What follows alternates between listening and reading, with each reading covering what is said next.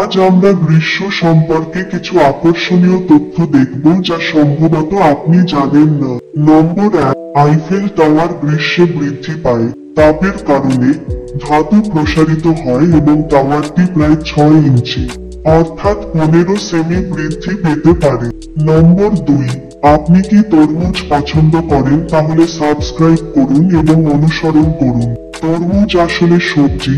উদ্ভিদগতভাবে বলতে গেলে এগুলি এক ধরনের লাউ যা শসা এবং কুমড়োর সাথে সম্পর্কিত।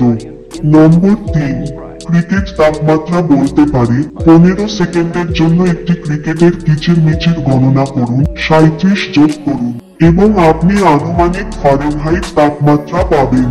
এটিকে ডলবিয়ারের সূত্র বলা হয়। এই ভিডিওটি দেখার আগে দয়া করে লাইক, শেয়ার করুন এবং সাবস্ক্রাইব করুন এবং অনুসরণ করুন।